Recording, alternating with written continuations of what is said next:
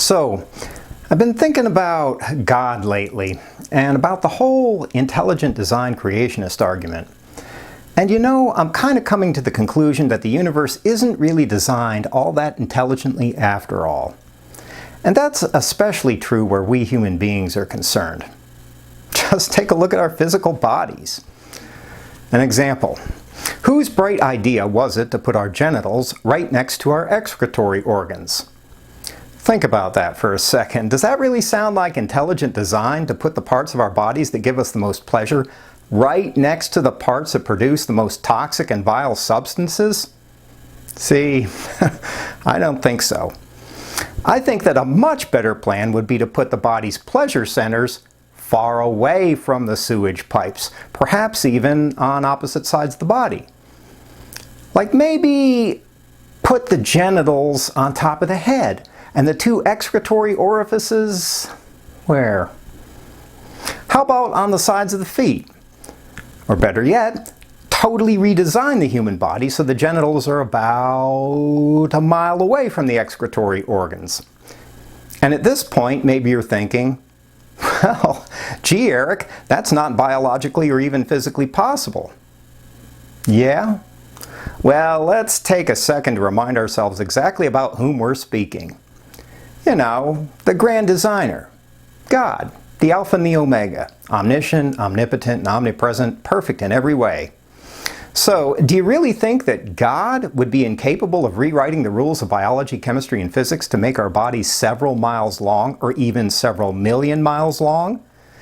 Because if God is incapable of that, if His omnipotence somehow falls short of that, well, that doesn't sound very much like God, now does it?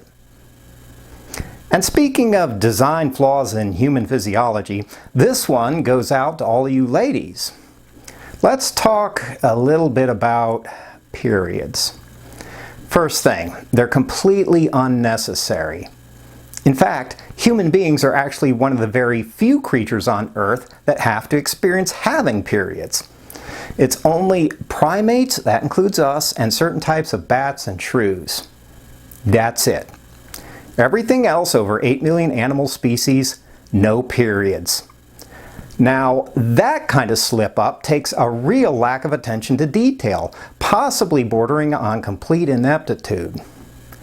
See, I think that only a God that didn't actually have to have periods would create human beings that do.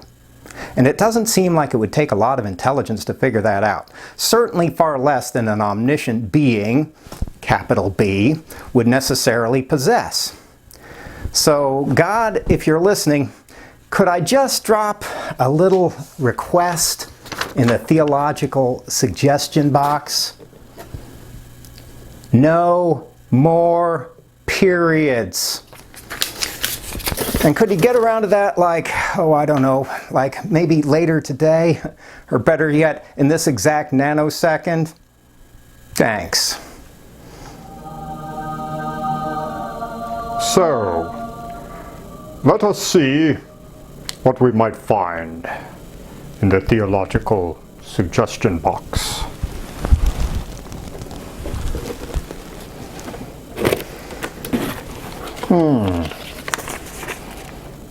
No more periods. Not a bad idea. Well, sorry. Mea culpa magna est. Little boo-boo.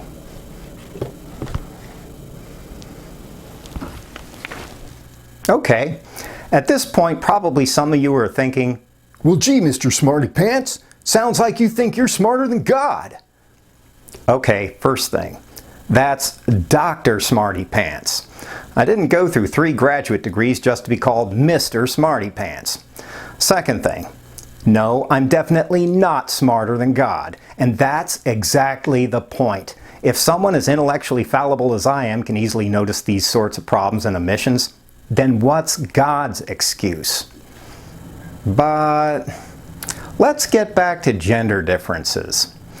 Is it really so intelligent to design things so that one gender ends up being generally larger and stronger than the other, which pretty much automatically sets up the entire human race for an endless stream of nasty stuff like rape and physical abuse? See, to me, that's another basic design flaw right there. More shoddy workmanship at the engineering level. 'Cause someone omniscient is definitely not thinking things through. Hey, you know what would be way smarter than designing our bodies that way? Not designing them that way. But the thing is that all of the design flaws in the area of gender differences pale in comparison to the more systemic design problems. For instance, have you ever wondered why other living things have to die just so that we can go on living? Yeah, I know that normally we just take that for granted, but think about it for a second. Every day you're alive, you have to eat something that has to die first. And you don't really get out of the game by becoming vegetarian or vegan either, because then plants have to die rather than animals. But the one great constant remains.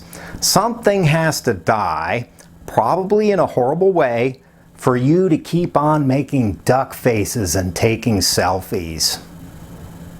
Of course, the human race isn't alone in this. The entire animal kingdom operates according to the same basic principle, and that's the problem. It's built into the design at its most basic level.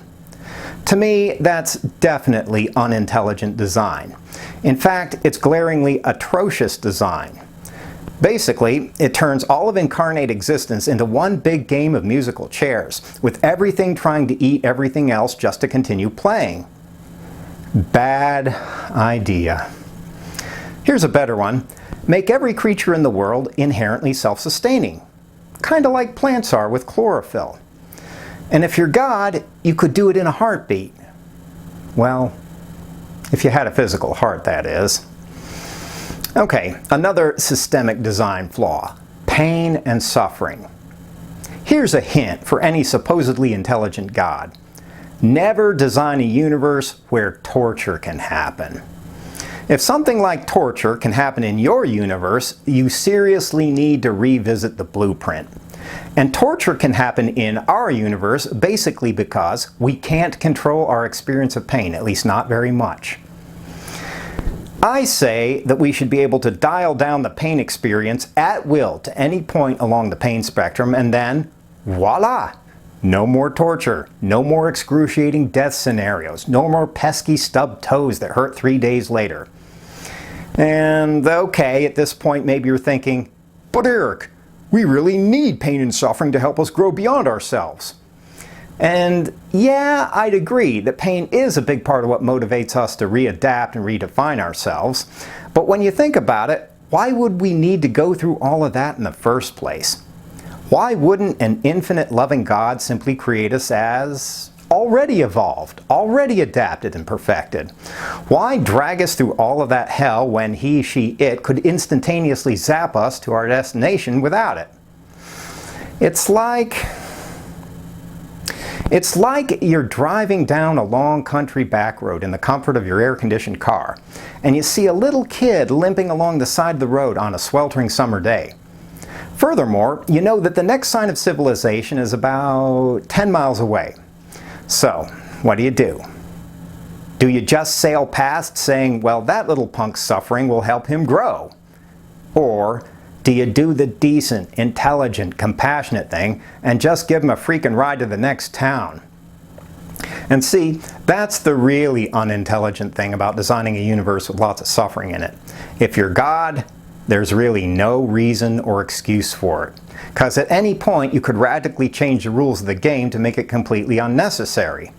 And furthermore, when you think about it, a lot of human suffering isn't really about helping us to grow anyway. A lot of it is completely pointless, without any compensatory value whatsoever.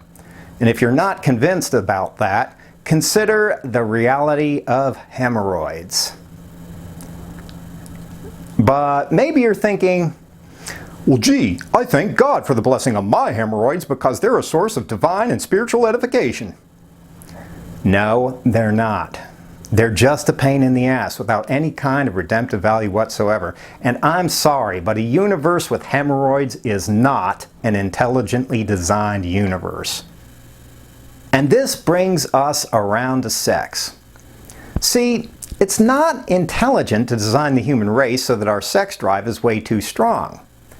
So God, when you notice us breeding and overpopulating in every corner of the world, obliterating every other species that stands in our way, that means that you goofed up somewhere.